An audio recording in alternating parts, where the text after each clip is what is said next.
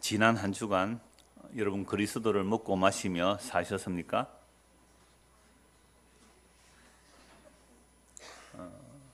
지난주 설교가 그거였잖아요. 그리스도를 먹고 마시는 거. 예수님께서 아버지 나라에서 새 것으로 마실 때까지 포도나무에서 난 것은 먹지 않겠다라는 나시린 서야를 하시는데, 그 십자가에서 설계 탄 신 포도주를 마셨단 말입니다. 맛보셨어요? 드셨어요? 그러면 아버지 나라가 시작되는 지점이 어디라는 거죠?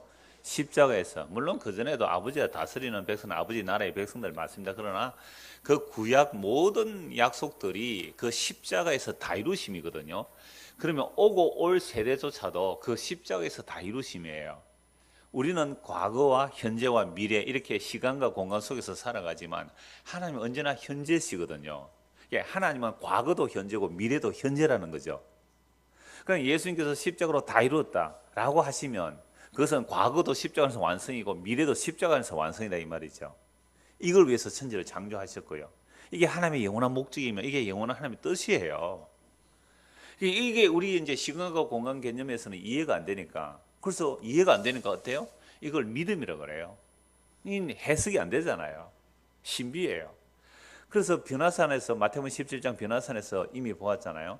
베드로, 야고보, 요한이 누구를 갑자기 봐요? 네, 예수님이 영광스럽게 변모되니까 모세와 엘리야가 나타난 거죠. 이건 이미 뭐 천몇백 년 전의 사람이잖아요. 모세는 1500년 좀 전의 사람이고 얼마나 놀라워요. 그 묵시라는 세계가 이 역사와 지금 겹쳐져 버리는 거죠. 역사와 묵시가 겹쳐져 버리죠. 놀라운 겁니다. 그러니까 아브라함이 예수님께서 말씀하신 내가 아브라함보다 먼저 있었다 그래 버리잖아요. 다윗보다 내가 먼저 있었다. 다윗이 나를 주라 그랬다는 거죠. 그러면 그리스도가 늘 말씀하실 때 내다 이렇게 말해요. 제자들에게 내다, 내가 그다. 그걸 에고 에미 그러잖아요. 에고 에미. 나는 생명이다. 나는 부활이다. 나는 생명일 것이다가 아니에요. 나는 생명이었다도 아니에요. 나는 생명이다. 나는 부활이다. 그래서 예수님 안에 있는 자는 죽어도 살아있는 거예요. 죽은 게 아니란 말이에요. 예수 안에 있는 자는 죽어도 살아있는 거예요. 그러니까 예수님이 부르시면 나사로가 죽어 냄새나는 나사로 벌떡 일어나오는 거죠. 이게 예수님이 에고 에이미. 이게 출애굽기 3장 14절에 모세가 당신의 이름이 뭡니까? 나는 여호와라. 여호와 원래 발음이 안 되는 단어예요. 유대인들은 발음 안 해요. 거룩한 네 문자. 그 여호와라는 이름이 나는 이다예요. 나다. 나는 스스로 있는 자다. 해석한 것이고요. 나는 나다. 더 간단하면 나다. 나다. 라고 하시면 스스로 존재할 수 있는 분, 이런 뜻이죠. 그러니까 출애굽기 3장 14절을 헬라어 70인역으로 번역할 때에 그 번역을 에고 에이미 이렇게 번역했단 말이에요. 나는 나다. 나다. 그러니까 예수님께서 십자가에서 다 이루었다. 십자가에서 다 이루었다는 그 다 이루심이 시작이에요. 십자가라는 거죠. 그러니까 제가 시작이라는 표현을 했지만 사실은 과거도 미래도 그리스도 안에서 완성이 된다는 것을 보여주는 거죠. 그래서 다 이루었다라고 하셨습니다. 오늘 제가 시작을 딱 이 원고 이렇게 썼는데 우리 김기선 집사님 큰일 했는지 모르겠어요. 그대로 말씀 기도하실 때 지난주 말씀을 기억하면서 기도하셨는데, 자 그래서 새 나라의 시작이에요. 그 새 나라의 백성들은 그리스도를 먹고 마실 뿐만 아니라 그리스도와 함께 먹고 마시고, 그래서 우리가 모였을 때는 그리스도를 먹고 마시는 거죠. 그래서 하나님의 나라는 무엇을 먹느냐 마시느냐의 나라가 아니라 무슨 나라라고 그랬어요? 의와 평강과 희락이라고요. 예수를 믿으면 의롭다움을 받잖아요. 의롭다움을 받으니까 내 마음에 평강이 주어지는 거예요. 여러분 어떤 사람이 두렵고 무서워요? 죄를 지으면. 그러면 교통신호 위반하고 딱 가는데 교통경찰 만나면 어때요? 이거 큰일 났다. 이거 겁나죠. 근데 교통위반 완벽하게 안 하고 쫙 가면 교통사고 나면 어때요? 여기가 손 흔들면 갈 수 있잖아요. 그러니까 우리가 예수를 믿으면 의롭다움을 받는 거예요. 이게 의롭다움을 받으면 두려움이 없고 뭐가 주어지는 거죠? 샬롬, 평강이 주어지니까 하나님의 나라는 뭘 먹는지 마시는 그게 아니라 예수를 먹고 마시는 자는 의롭다움을 받는 것이고, 죄를 알지도 못한 분에게 죄를 정하시면 우리로 하여금 그 안에서 하나님의 의가 되게 하라 하심이라 고린도서 5장 21절에 예수를 믿으면 의가 주어지니까 평강이 오는 거예요. 샬롬이. 그래서 하나님 나라는 의와 뭐예요? 평강과 그로 인한 희락이에요. 참된 기쁨이에요. 이게 하나님의 나라를 먹고 마시는 삶의 현장이거든요. 그런데 늘 의와 혈과 평강이 있으면 좋겠는데 진짜 하나님 나라는 어떤 나라 계세요? 의와 평강과 희락만 가득한 나라가 진짜 하나님 나라. 그런데 이 땅에 우리가 발 딛고 사는 일이 일어나니까 의와 혈과 평강을 맛보지 못하면 짜증도 나고 원망도 나고 뭐 싸움도 일어나는 거잖아요. 그럴 때마다 우리는 또 뭘 기억해요? 아, 하나님의 나라가 뭔데? 하나님의 나라가 뭔데? 예수님께서 신포도주를 마심으로 하나님의 나라를 완성하셨구나. 그래서 야고 요한의 어머니가 예수님께 나와서 우리 아들이 예수 임금되면 좌우에 세워주세요 했을 때에 너희가 내가 마시는 잔을 마실 수 있느냐 그렇게 말씀하셨잖아요. 그 마시는 잔이 뭐예요? 그 선잔, 그 십자가의 죽음을 말하거든요. 그걸 잔으로 표현했죠. 그래서 예수님께서 그 선잔을 받으심으로 아버지의 나라의 시작이 되고 그 나라의 백성은 이제 그리스도와 함께, 그분은 홀로 마셨지만 그분이 십자가에서 다 이루시고 그 영을 우리에게 넘겨주심으로 그 성령 우리에게 부어주심으로 인하여 우리도 그리스도와 함께 지금 뭐 하는 거죠? 이제 먹고 마시는 자가 되는 거죠. 이들이 하나님의 나라예요. 이들이 하나님의 백성이란 말이죠. 자, 이렇게 말씀을 하셨고 31절 보십시오. 오늘 본문 31절입니다. 그때에, 그러면 그때는 언제입니까? 이제 아버지 나라에서 새 것을 먹고 마시는 날까지 마시지 않겠다라고 하시고 30절에 이에 그들이 찬미하고 감람산으로 나가는 거죠. 6월절 만찬을 하고 나면 항상 찬송한다 그랬습니다. 그 찬송하면서 감람산으로 나가는 거죠. 그래서 이 감람산에서 밤을 지새우고 이제 그 다음 날 이제 예루살렘에 들어오시는 겁니다. 31절 그때에 예수께서 제자들에게 이르시되 오늘 밤에 너희가 다 나를 버리리라.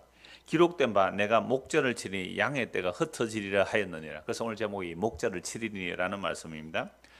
그러니까 제자들과 최후의 만찬을 마치고 찬송하면서 가면서 감람산으로 가는 중에 예수님께서 제자들에 말씀하신 내용이죠.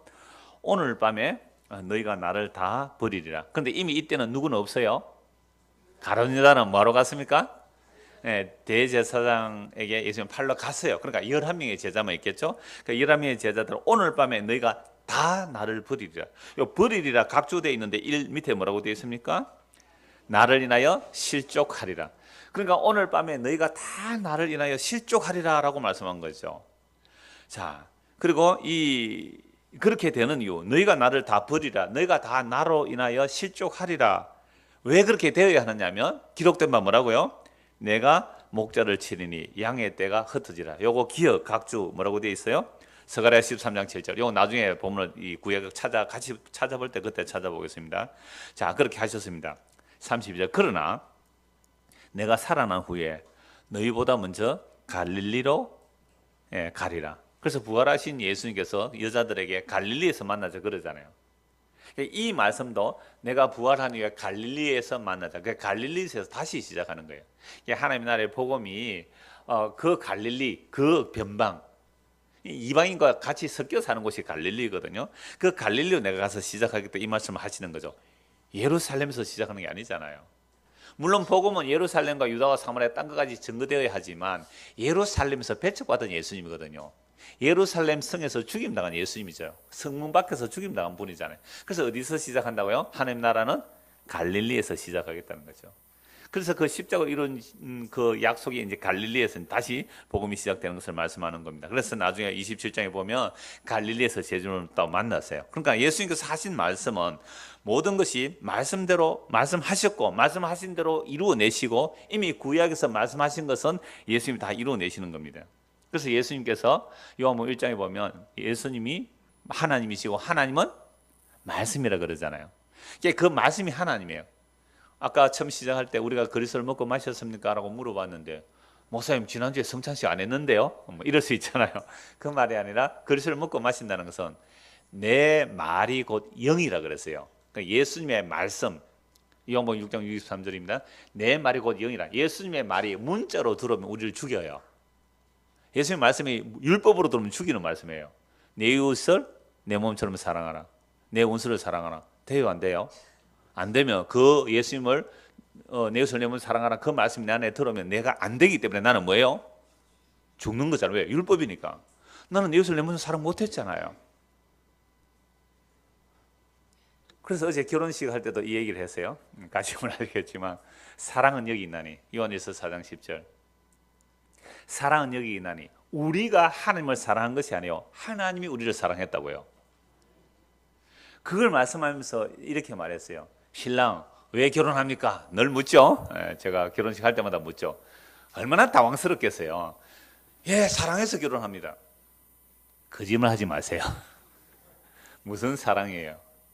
인간의 사랑은 아니에요. 인간의 사랑은 자기 확정. 에어컨 좀 틀어주시죠. 인간의 사랑이라는 것은요 자기 확정이에요. 그럼 좀 더우니까 짜증나죠. 무슨 주님 사랑이 있어요. 더우면 에어컨을 좀 틀지 이런 마음이 들잖아요. 무슨 주님 사랑이 있어요 우리가. 그래서 제가 어제 그 주례하면서 그랬어요. Love is condition. 그 코아디부라 뭐예요?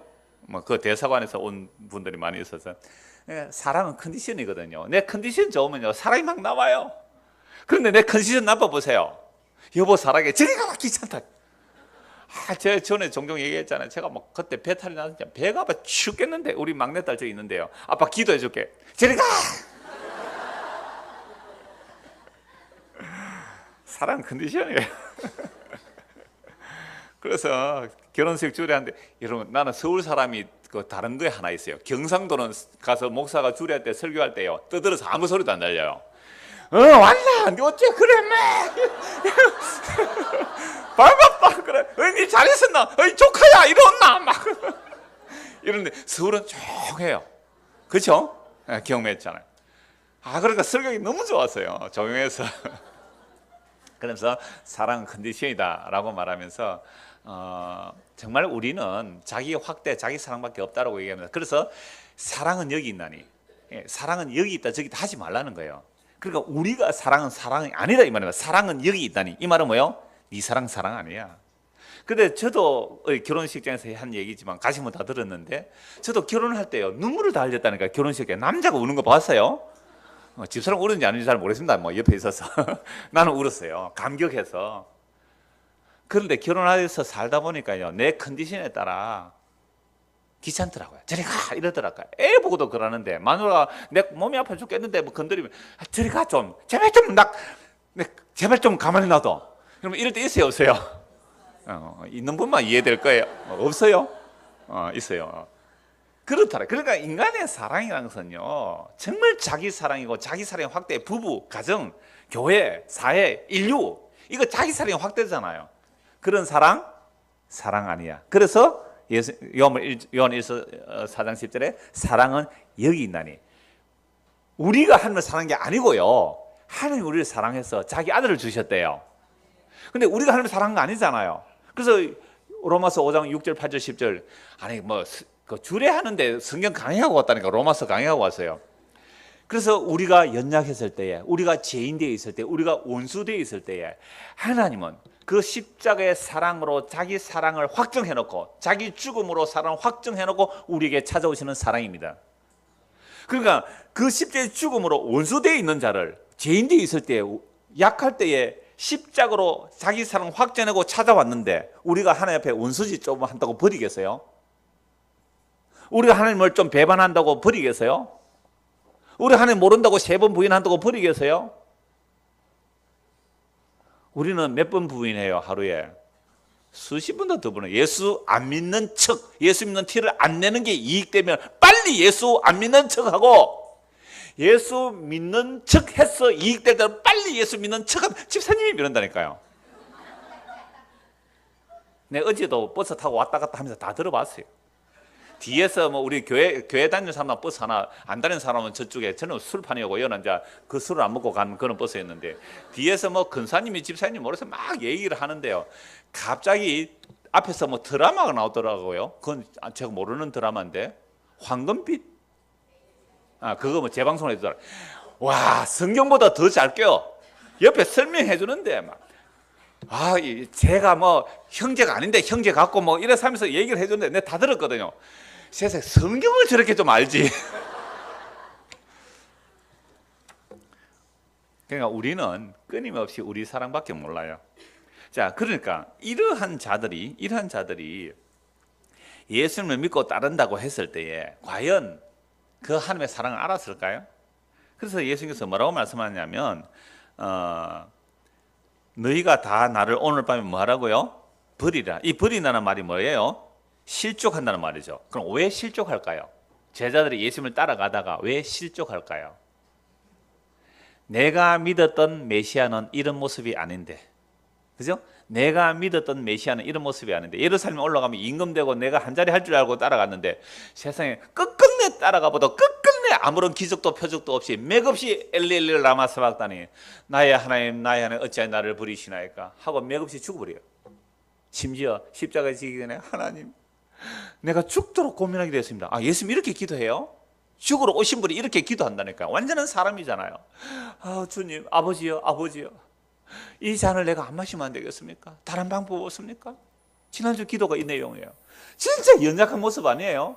적어도 하나님의 나라를 이루러 왔다면 예수님 어떻게 해야 돼요? 고민도 없이 이런 눈물 흘리며 피땀 흘려 기도하면 없이 그냥 내가 원래 죽으러 왔거든. 용감하게 십자가로 척척척 걸어가면 될 텐데 밤새 기도하는데 연약한 인간의 모습으로 그냥 아버지 이 잔 넘어가면 안 됩니까? 이 잔 안 마시고 다른 방법은 없습니까? 그렇게 기도하는 모습을 보고 이상하잖아요. 벌벌 떠니까. 여러분들이 어떤 결단하고 결심을 하고 싸움에 나갈 때 어떻게 해야 됩니까? 가자! 하면 된다! 할 수 있다! 그래가 용기를 주고 격려를 줘서 와! 하고 달려가야 되잖아요. 근데 앞에 대장이 벌벌 떠면서 야, 이 전쟁에 나가야 되나 말아야 되나 이러면 어떻게 되지? 아, 겁이 나는데 죽게 되었는데 고민하는데 제발 날 위해 기도 좀 해다오. 깨어서 좀 기도해다오. 실망돼요 안 돼요? 앞에 선 사람, 전쟁터의 대장으로 앞에 나가는 사람은요 어떤 일이 있어도 흔들림이 없어야 돼요. 다 죽어도 이긴다 해야 돼요. 그런데 이런 연약한 모습을 기도하는 모습을 제가 다 봤단 말이에요. 그래서 그날 밤에 다 버려요. 다 도망가요. 예수님 잡으러 다 도망간다니까요. 근데 베드로는요 요한과 함께 멀찍이 따라가요. 그래도 뭐라고 말했거든요. 뭐라고 말했어요? 나는 죽을지언정 주님을 배반 안 합니다. 지 도망가세요. 일단은 도망갔다가 살짝 따라왔다가 멀리 어디까지 따라가요? 그러니까 빌라도 재판정까지 따라가요. 근데 거기서 결국 3번 부인해요. 그러니까 오늘 밤에 목자를 치린 너희가 다 나를 부인하리라는 그 말씀이 그대로 이루어진다니까요. 그때 베드로가 뭐라고 말합니까? 30절 보십시오. 같이 한번 읽읍시다. 베드로가 대답하여 이르되 모두 주를 버릴지라도 나는 결코 버리지 않겠나이다. 뭐라고 말했다고요? 예, 모두 그러니까 다른 자들은 다 버릴지라도 나는 결코 버리지 않겠습니다. 다른 사람은 다 실족하여도 나는 결코 실족하지 않겠습니다. 베드로의 이 말은 허투루 한 말 아니에요. 없는데 막 지어내서 한 말 아니에요. 진심이었어요? 진심 아니었어요? 진심이었다니까요. 진심이었어요. 다른 사람 다 버려. 나는 결코 버리지 않겠습니다. 그러니까요. 다른 제자들 뭐라고 말할까요? 35절 보십시오. 베드로에 대해 내가 주와 함께 죽을지언정 주를 부인하지 않겠나이다 하고 누구도 그래요? 모든 제자도 다 그와 같이 말하는. 다른 제자 나도 죽으면 죽었지 예수님을 배반 안 합니다. 여러분 3년 동안 예수님을 따라다녔어요. 그죠? 3년 동안 합숙훈련했어요. 예수님께 표적과 기적을 다 보았어요. 예수님 말씀을 다 들었어요. 다른 제자들도 예수님이 틀림없이 메시아야. 아무리 로마 군대가 강하고 대제사장 예수를 죽이려고 할지라도 예수는 절대 죽을 수가 없어. 그리고 마지막에 역전 말로 홈런을 터뜨릴 거야. 아무리 십자가 잡혀 죽는다 할지라도 그 직전에 대단한 일을 일으킬 거야. 그래서 베드로가 끝까지 따라간 거예요. 기대를 일말의 기대를 가지고. 여러분들이 좋아하는 어떤 뭐 야구팀이나 축구팀이 있으면 여러분 그 뭐 국가대표 경기를 할 때에 시간이 한 5분밖에 안 남았어요. 어때요? 지금 2대1로 지고 있어요. 우리 한국팀이 2대1로 지고 있어요. 완전히 게임 스코어가 한 5분밖에 안 남아요. 어떤 마음이 들어요? 누가 2골만 더 넣으면 5분 안에 더 2골 들어갈 수 있거든요. 손에 땀을 쥐고 그죠? 그런 경험 없습니까? 네, 있죠. 뭐 야구도 마찬가지일 거예요. 좋아하는 사람은. 그런데 끝까지 역전을 한 골 더 먹어버렸어요. 세상 역전할 줄 알았는데 2대1인데 3대1로 역전되어 버렸어요. 그래도 기적은 일어날 수 있을 거야. 차범 근은 옛날에 뭐 5분 만에 3골 넣었는데 차범 근 5분인가 10분 만에 몇 분에 했어요? 3골 넣은 게 있어요. 그래서 이긴 적이 있는데 기적이 있을 거야. 루즈 타임 5분을 줬어요. 루즈 타임을 5분 만에 기적이 일어날 거야. 루즈 타임 2골 더 먹어버렸어요. 완전히 실망해요. 완전 실망. 끝났다. 이게 십자가를 따라간 제자들의 마음이었을 거예요. 그죠?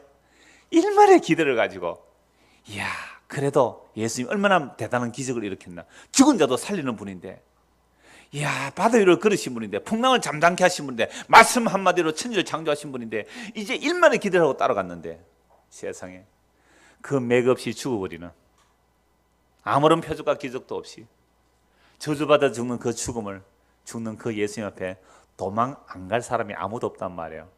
그런데 베드로는, 다른 제자들은 나는 죽어도 예수님과 함께 끝까지 가겠습니다. 만약에 이 베드로와 제자들이 이들은 믿음의 결단을 가지고 끝까지 주님을 배신 안 했다면 어떤 일이 일어날까요? 이들은 예수님께서 십자가에서 죽지 않아도 구원받을 사람들이에요. 네? 예수님이 십자가에 죽지 않아도 구원받을 사람이라고요. 끝까지 부인 안 하고 따라갔다면. 근데 예수님 뭐라고 말씀하세요? 34절입니다. 예수께서 이르시되 내가 진실로 내게 이르노니, 진실로, 아멘이라는 뜻이거든요. 내가 진실로 네게 이르노니 오늘 밤 닭 울기 전에 네가 3번 나를 부인하리라. 여러분, 예수님께서는 지금 스가랴 11장 7절 말씀을 이루어내셔요. 목자를 치면 너희 다 흩어진다. 목자를 치면 양이 다 흩어진다. 그 말씀대로 너희들도 나를 치면, 내가 침을 당하면 너희가 다 흩어질 거야 라는 말씀을 말씀하니까, 이건 말씀대로 이루어져야 된다는 거. 제대로 아니요, 우리는 절대로 예수님을 부인하지 않겠습니다. 나는 실족하지 않겠습니다. 아니야, 네가 오늘 닭 울기 전에 3번 나를 부인하리라. 갈릴리에서 만나리라. 부활하신 후에 어디서 만나요? 갈릴리에서 만나요. 네가 오늘 3번 나를 부인하리라. 닭 울기 전에 3번 부인하리라. 나는 절대 부인하지 않겠습니다. 어떻게 되었어요? 부인해요. 닭 울기 전에.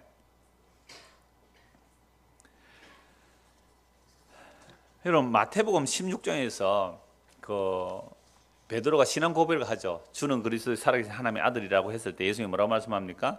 바요나 시몬아, 너는 참 복이 있도다. 이를 네게 알게 하니는 혈육이 아니라 하나님이라고, 아버지께서 알게 해줬다고. 그런 은혜를 입었어요. 그러함에도 불구하고 십자가에 도망가는 거죠. 그럴 때 베드로가 그 말씀을 예수님이 하시고 나서 뭐라고 말씀하셨어요? 내가 십자가에 못 박혀 죽어야 되고 3일 만에 살아나라. 예수님 안 됩니다 하고 말리고 나셨어요. 그때 예수님께서 베드로 보고 뭐라고 말씀하셨어요?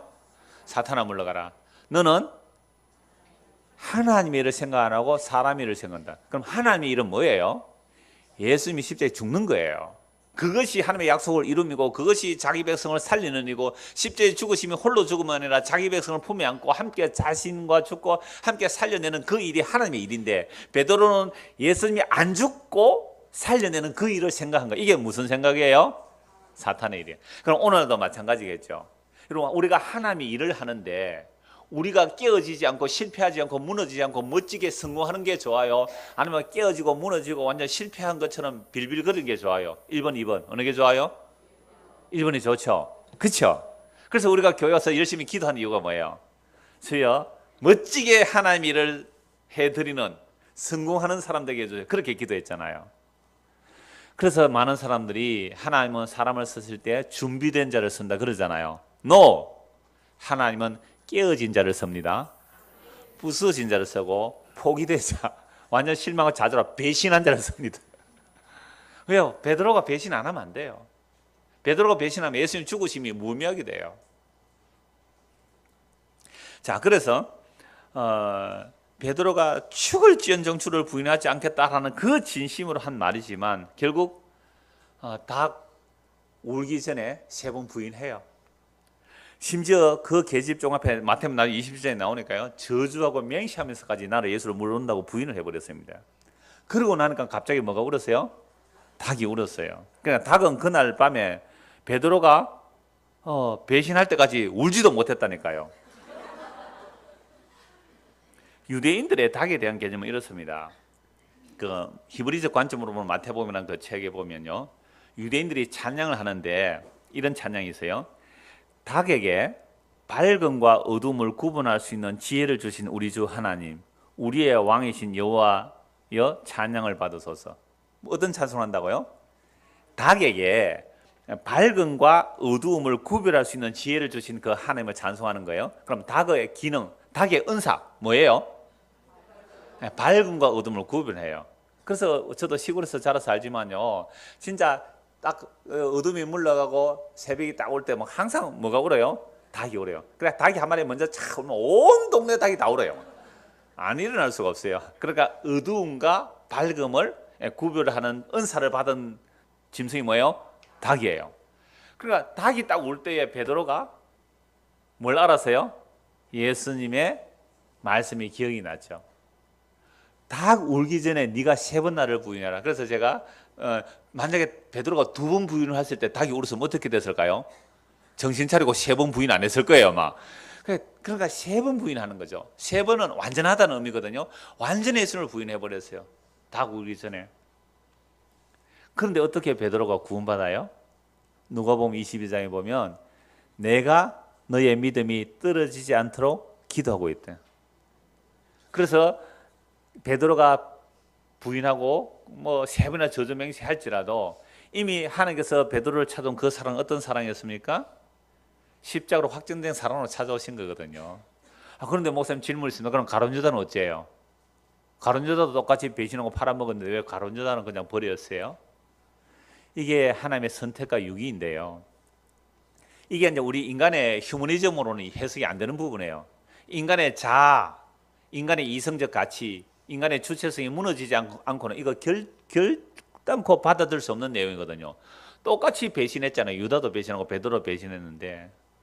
그런데 왜 베드로를 위해서는 기도해 주시고 유다를 위해서는 기도 안 해주세요? 왜 하나님이 그래요? 어제 어떤 분이 그런 질문을 하셨어요. 서울 갔다 오는 차 안에서 질문했는데 왜 사울이 악령이 들리도록 하나님이 왜 그래 버려두셨어요? 악령 안 들리게 하면 안 돼요? 이런 질문을 했거든요. 여러분, 성경이라는 것은 하나님의 자기 계시거든요. 이스라엘 백성들이 왕을 요구했단 말이죠. 왕을 요구했을 때 키 크고 멋있는 사울 왕을 허락해 주십니다. 그것은 무엇을 버리는 것이 돼요? 하나님을 버린 거예요. 그러니까 하나님을 버린 너희들의 모습이 이 모습이다. 너희가 악령 들린 상태야. 하나님의 영이 임하지 않으면 너희가 지금 악령 들린 상태야. 왕을 요구해서 질서 있게 규모 있게 뭐 착착착 일이 잘 된다고 할지 그게 악령 들린 상태야. 그래서 요한계시록에 국가를 뭐라 그래요? 짐승이라 그래. 짐승이 왕이 되어 있으니까 얼마나 질서 있게 피라미드 구조처럼 상명하복 착착착 움직여지겠어요. 근데 진짜 하나님 나라는 그런 나라가 아니거든요. 왕이 죽기까지 백성을 섬겨주는 나라가 무슨 나라예요? 하나님의 나라. 그러니까 우리는 평소에 하나님 나라를 생각해 본 적이 없어요. 항상 본 것은 군사 독재자가 나와서 명령 쫙 붙여서 그러니까 나라가 막 민주화 된다고 혼돈이 일어날 때 사람들은 이렇게 말해요. 전두환이가 한 번 더 정권 잡아야 돼 그래요. 자기 가족이 안 죽어봐서 그래요. 박정희 같은 독재자는 확 잡아야 된다고요. 이게 에리 프롬의 자유로의 도표라는 책에서 그 얘기를 해요.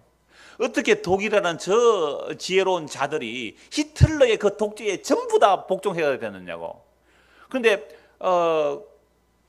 그 히틀러의 체제 아래서 반대한 목사들은요. 그 옥중서 신선 누구예요? 옥중서 신선 갑자기 이러면 죽임 당했잖아 목사. 제자도 나를 따르라 이런 책을 쓴 사람. 그러니까 그 하비국서의 그 에리 프롬의 그 자유로의 도피가 뭐냐면 그러니까 봉건 사회가 무너지니까 민주화가 오니까 그 자유를 감당할 수가 없는 거예요. 자유를 누려본 적이 있어야죠 언제나. 여러분 봉건 사회는요 땅도 영주의 것이고 사람도 영주의 것이잖아요. 그래서 심지어 초약권이 영주에 있다 얘기 들어보셨죠? 세계에서 보면 시집가기 전에 처녀를 영주가 먼저 한번 품고 시집 보낼 수 있다는 권리가 초약권이거든요. 이건 그 정도로 영주가 막강했다면 그런 영주 아래 살던 사람들이 봉건제도가 산업사회 발동에 무너지고 나니까 그 자유가 감당이 안 되는 거예요. 누가 나를 꽉 잡아줬으면 좋겠어요. 여러분 한 50년 100년 꽉 잡혀 살아보세요. 자유를 줘도 자유를 누릴 능력이 안 돼요. 그래서 자유로부터 도피하기 위해서 누구를 선택해요? 독재자 히틀러를 선택한 거예요. 그러면서 히틀러는 게르만족 그 우수성 뭐 자기 뭐 그렇게 해서 유대인들을 학살하고 그렇게 나간 거예요. 그러니까 인간이 그러니까 짐승의 나라라는 그런 개념이에요. 베드로가 생각한 하나님 나라도 어떤 나라였겠어요? 예? 짐승의 나라였어요. 예수님이 뭐가 되고요? 왕이 돼서 로마를 둘러엎어버리고 반대하는 들을 숙청해버리고 힘과 무력으로 피라미드처럼 완벽한 그런 나라를 꿈꿨는데 네 생각하는 그 나라가 무슨 나라라고요? 짐승의 나라, 사탄의 생각이란 거예요. 하나님 나라는 왕이 백성을 위하여 십자가에 죽으시고 자기 살과 피를 나누어주는, 인자는 섬김을 받으러 온 것이 아니라 섬기려 하고 많은 사람들을 위해서 목숨을 주러 왔다고, 그게 하나님의 나라예요. 그럼 복음 전하는 자는 여러분, 제가 여러분의 종으로 여러분의 말씀으로 섬깁니다. 어떤 분이 카톡으로 이렇게 문자가 왔어요. 금요일 공부할 때 제가 말씀드렸잖아요. 목사님, 어떻게 감히 저 같은 사람에게 안부를 다 물어주셨습니까? 그분이 저 전주 지역에 이 언약을 따라서 책을 가지고 많이 뿌려가지고 상당히 많은 사람들이 그 모임에 왔더라고요. 그래서 그분 중에 안부 전해주세요라고 했더니 그분이 그 얘기를 했어요. 제가 그랬죠. 아니, 감이라니요. 제가 감이라고 해야죠. 바울이 그랬거든요. 저는 여러분의 종으로 여러분을 복음으로 섬기러 왔습니다. 그 얘기예요. 이게 하나님 나라거든요. 그런데 베드로가 알 수가 없죠. 제자들이 알 수가 없죠. 그래서 일말의 기대를 가지고 따라갔는데, 다음 주에 보겠습니다. 예수님이 기도하는 모습, 너무 연약한 모습이거든요. 그리고 드디어 어디까지 갔어요? 십자가 앞에서는 다 도망가 버렸어요. 세 번 부인할 수밖에 없어요. 자, 그렇다면 왜 목자를 치면 양이 흩어지는가? 이 말씀을, 배경을 찾아봐야 됩니다. 유대인들은 이거 너무 잘 알아요. 근데 우리는 모르잖아요. 자, 스가랴서 13장 7절을 한번 보겠습니다. 스가랴서 13장 7절입니다.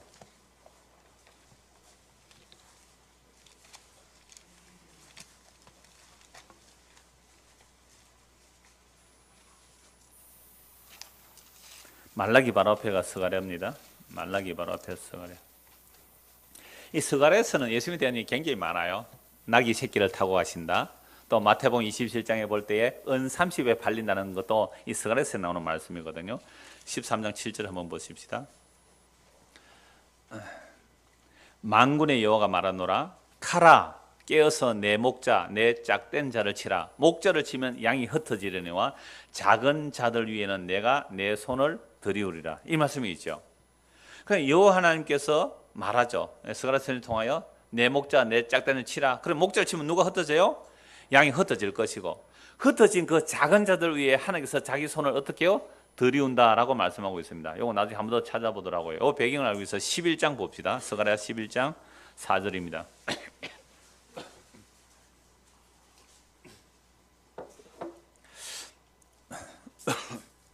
4절에서 5절 같이 한번 읽겠습니다. 여호와 나의 하나님이 이르시되 너는 잡혀 죽을 양떼를 먹이라.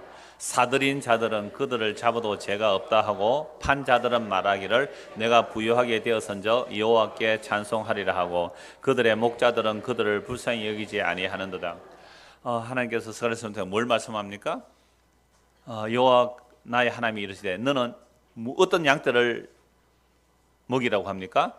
잡혀 죽을 양떼를, 잡혀 죽을 양떼를 먹이라. 지금 스가랴서는요, 바벨론 포로에서 돌아왔습니다. 이스라엘 백성들이 하나님의 말씀도 순종하지 않아서 바벨론에 멸망하잖아요. 북은 아수리아, 남은 바벨론에. 바벨론 멸망하여서 70년 포로에서 돌아왔습니다. 포로에서 돌아왔다면 이제 정신 차려야 되잖아요.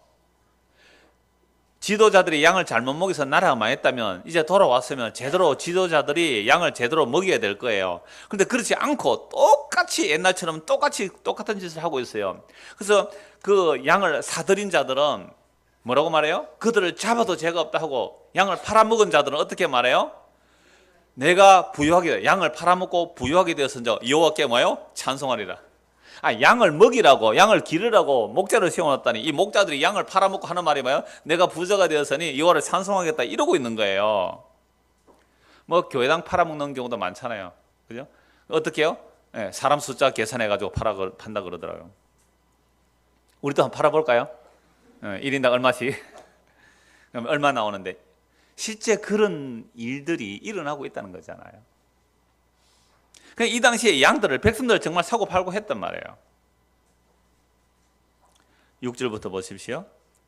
여호와가 말하노라 내가 다시는 이 땅 주민을 불쌍히 여기지 아니하고 그 사람들을 각각 그 이웃의 손과 임금의 손에 넘기리니 그들이 이 땅을 칠지라도 내가 그들의 손에서 건져내지 아니하리라. 그러니까 목자들에게 양을 맡겨놨는데 양을 막 사고 팔고 하면서 자기들 배만 치우더란 말. 그래서 다시 하나님께서 심판하겠다.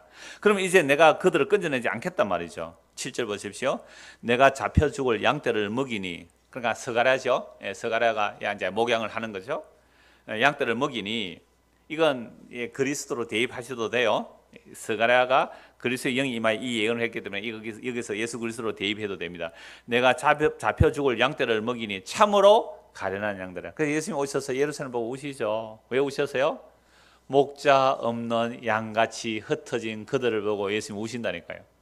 이게 스가랴 선지자 예언이에요. 그리스도의 영이 스가랴에 임해서 이렇게 예언하고 있는 거죠. 내가 잡혀 죽을 양떼를 먹이니 참으로 가련한 양들이라. 내가 막대기 둘을 취하나 하나는 은총이라 하며 하나는 연합이라 하고 양떼를 먹일세. 목자가 막대기를 가지고 양을 먹이잖아요. 그래서 그 막대기 하나는 끌어올리고 하나는 엉덩이 때리고 이러면 양은 그 목자는 양이 막대기 두 개래요. 근데 하나는 뭐라고 하고요? 은총이라 하고 하나는 연합이라고. 그래서 하나님의 은총과 연합이라는 것으로 양떼를 목양을 하는 거죠. 먹이는데 한 달 동안에 내가 그 세 목자를 제거하였으니 이는 내 마음에 그들을 싫어하였고 그들의 마음에도 나를 미워하였습니다. 내가 이르되 내가 너희를 먹이지 아니하리라. 죽는 자는 죽는 대로 망하는 자는 망한 대로 나머지는 서로 살을 먹는 대로 두리라 하고 이에 은총이라 하는 막대기를 취하여 꺾었으니 이는 모든 백성들과 세운 언약을 폐하려 하였습니다. 당일에 곧 폐함에 내 말을 지키던 가련한 양들은 이것이 여호와의 말씀인 줄 안지라. 은총과 연합이라는 막대기로 양들을 목양을 했는데 다들 이 목자를 싫어해요. 양들이 이런 목자를 해. 은총과 연합이라는 그 막대기로 목양하는 목자를 싫어해요. 양들이. 하나님이 싫어요. 그래서 어떻게 해요? 그 은총과 연합으로 목양하는 그 막대기를 꺾어버리는 거죠. 이게 뭐예요? 언약이 파괴되는 겁니다.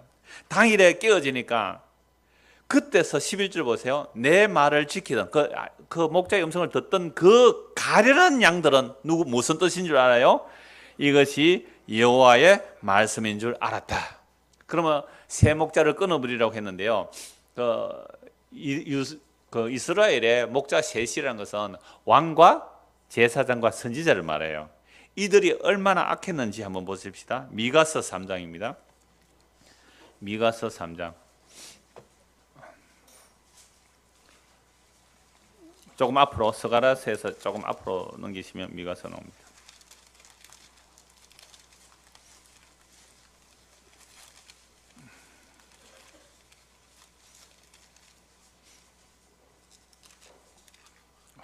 미가서 3장 9절 보십시오.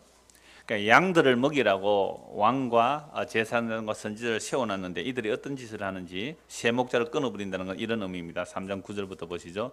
야곱 족속의 우두머리들과 이스라엘 족속의 통치자들 곧 정의를 미워하고 정직한 것을 굳게 하는 자들아 원하는 이 말을 들을지어다. 시온을 피로 예루살렘을 제약으로 건축하는도다. 그들의 우두머리들은 뇌물을 위하여 재판하며 그들의 제사장은 삭을 위하여 교훈하며 그들의 선지자는 돈을 위하여 점을 치면서도 여호와를 의뢰하여 이르기를 여호와께서 우리 중에 계시지 아니하냐 재앙이 우리에게 임하지 아니하리라 하는도다. 이러므로 너희로 말미암아 시온은 가라픈 밭이 되고 예루살렘은 무더기가 되고 성전에 사는 수풀의 높은 곳이 되리라.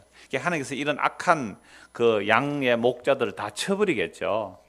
두령과 제사장 선지자가 다 타락한 거예요. 그래서 이들을 하나님께서 쳐버리는 거죠. 이들이 다 끊어져 버리는 거죠.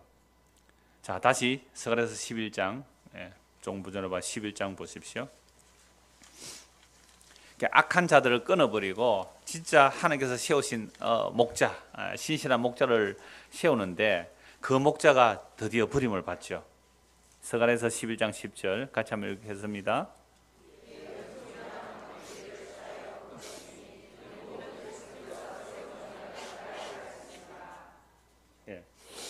은총이라는 막대기 꺾어버리죠.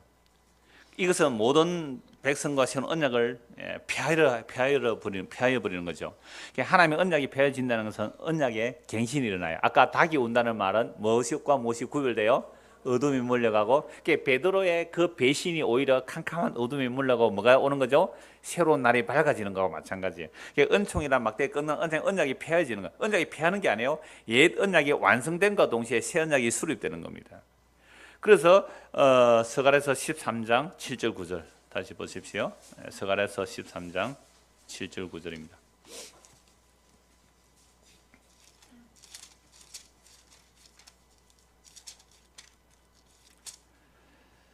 만군의 여호와가 말하노라. 카라 깨어서 내 목자 내 짝된 자를 치라. 목자를 치면 양이 흩어지려니와 작은 자들 위에는 내가 내 손을 들이우리라. 그러니까 목자를 치면 양이 흩어져. 예수님 이 말씀을 가지고 너희가 다 나를 부인하리라 말씀하셨죠. 8절 여호와가 말하노라.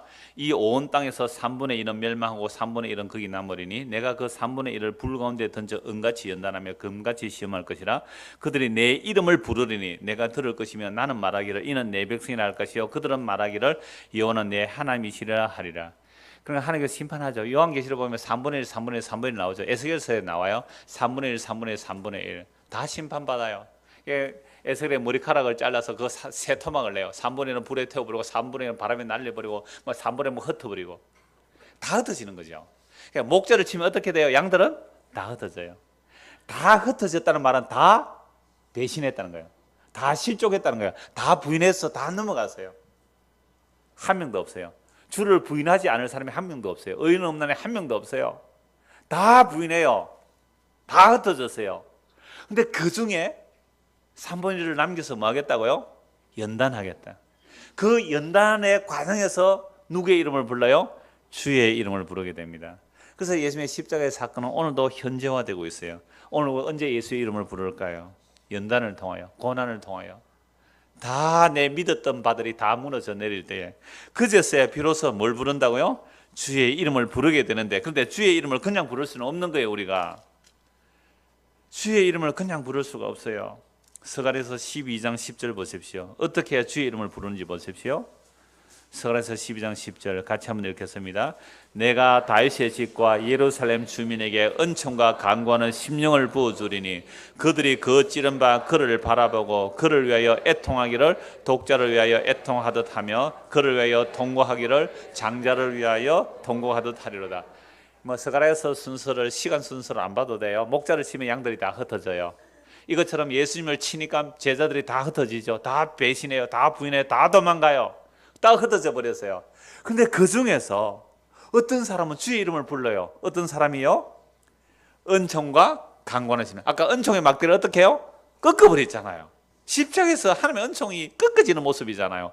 끝났다. 우리는 끝났다. 그런데 그 꺾어진 막대기인 줄 알았는데 세상에 거기서 다시 시작하는 거예요. 무엇을 부어주신다고요? 은총과 강구하는 심령을 부어주는. 오늘 오랜만에 은총이 왔네요. 은총과 강구하는 심령을 부어주시는 거예요. 그 은총과 강구하는 심령이 부어지니까 뭘 해요? 은총과 강구하는 심령을 부어주는 건 무슨 일이나요? 그들이 그 은총과 강구하는 심령을 부음 받은 자들이 그들이 그 찌른 바 그를 바라보고 누구를 바라봤다고요? 예수님을 바라보고. 이것은 그는 나를이거든요.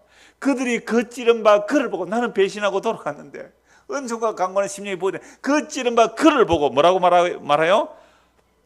애통하기를 독자를 위하여 애통하듯 하며 통고하기를 장자를 위하여 통고. 독자요 장자요 하나뿐인 그 아들을 죽어버렸을 때 통고하는 그 통고로 그 찌른 자를 보고 통곡하리라. 이게 예수님께서 십자가로 하나님의 약속을 다 이루시고 정말 오순절 성령을 부어주니까 성령 임한 자들이 이 애통이 일어나는 거예요. 어찌할꼬 어찌할꼬. 그때 베드로가 뭐라고 전할까요? 회개하고 주 예수를 믿으라. 왜요? 베드로 자신도 예수를 3번이나 저주맹세에 부인했는데 주님의 신실하심이 자기에게 다시 찾아오시잖아요. 부활하신 후에 베드로에게 주님 찾아오셔서 뭐라고 물으시죠? 네가 날 사랑하느냐? 네가 날 사랑하느냐? 그때 베드로가 뭐라고 대답을 합니까? 내가 주를 사랑하는 줄 주님이 아십니다. 옛날 같으면 어떻게 말했을까요? 내가 사랑하지요. 다른 사람들은 다 사랑 안 해도 나는 사랑할 겁니다. 그랬을 텐데 3번 저주맹세 부인하니까 이제 뭐라 그래요? 내가 사랑하긴 사랑하는데 잘 모르겠습니다. 나 또 어떤 상황 닥치면 또 주를 부인하고 도망갈 수밖에 없는 그런 나는 연약한 자 맞습니다. 나도 어떤 상황에서 또 저를 부인할 줄 모릅니다. 내가 마음으로는 정말 주님을 사랑을 맞거든요. 그런데 세 번이나 저주맹세 부인해서 이제 자신이 없는 거예요. 내가 주님 사랑한 줄 주님 아시잖아요. 그랬을 때에 예수님께서 베드로를 보이고 베드로에게 뭐라고 말씀하세요? 내 양을 먹이라, 내 양을 치라, 내 양을 먹이라 세 번이나 말씀하세요. 그 이전에는 한 번도 베드로에게 내 양을 먹이라고 말씀 안 했어요. 그래서 완전히 저주하고 부인하고 맹세하고 완전히 버리고 났을 때에 주님이 다시 십자가에 죽으시고 부활하시고 찾아오셔서 네가 날 사랑하냐 세 번 물으시고 그제서 내 양을 치라, 내 양을 먹이라고 했거든요. 그래서 사도들은 자기를 자랑할 수 없다 그랬잖아요. 나는 주를 세 번이나 저주맹세 부인했는데 주님이 끝까지 나를 사랑해 주셨습니다. 이 예수님의 사랑을 받으세요.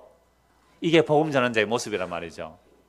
나 주님을 세 번이나 저주맹세 부인했는데 주님은 날 끝까지 사랑해 주시고 주님은 자기를 부인하지 않으셨어요.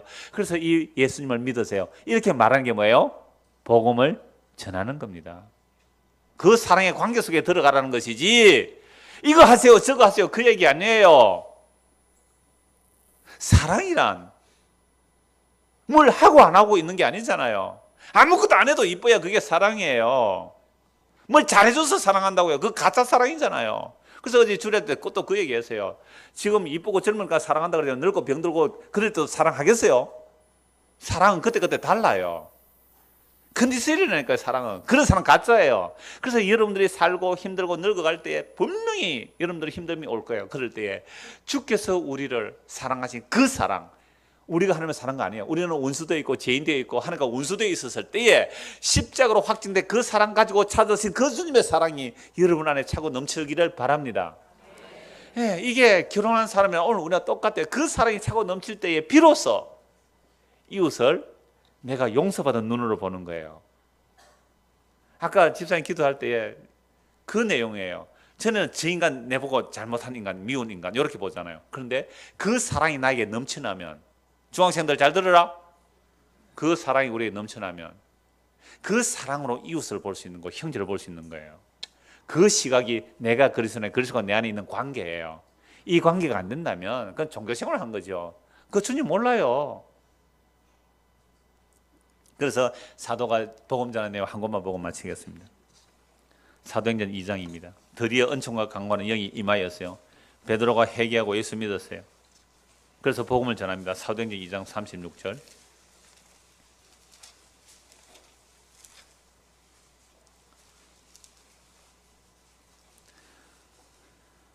그런즉 이스라엘 온 집은 확실히 알지니 너희가 십자가에 못 박은 이 예수를 하나님이 주와 그리스도가 되게 하셨느니라 하느니 37절에서 39절까지 우리 같이 읽겠습니다.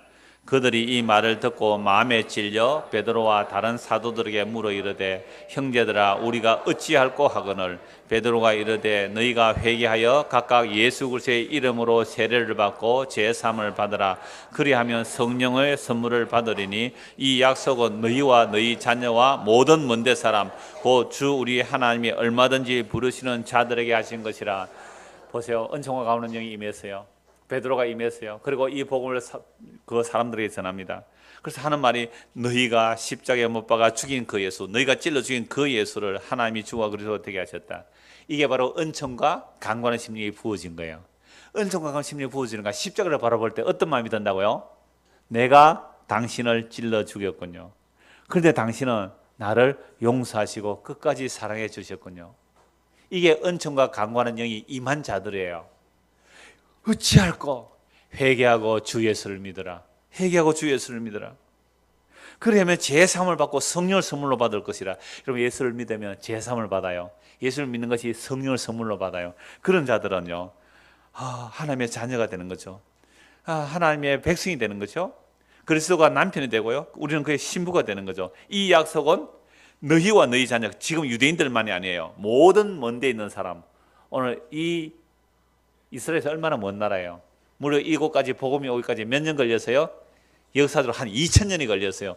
2000년이 걸려서 이 복음이 선포되고 이 복음 앞에 주여 내가 당신을 찔러 죽인 죄인 맞고 나는 주님을 배신한 자 맞습니다.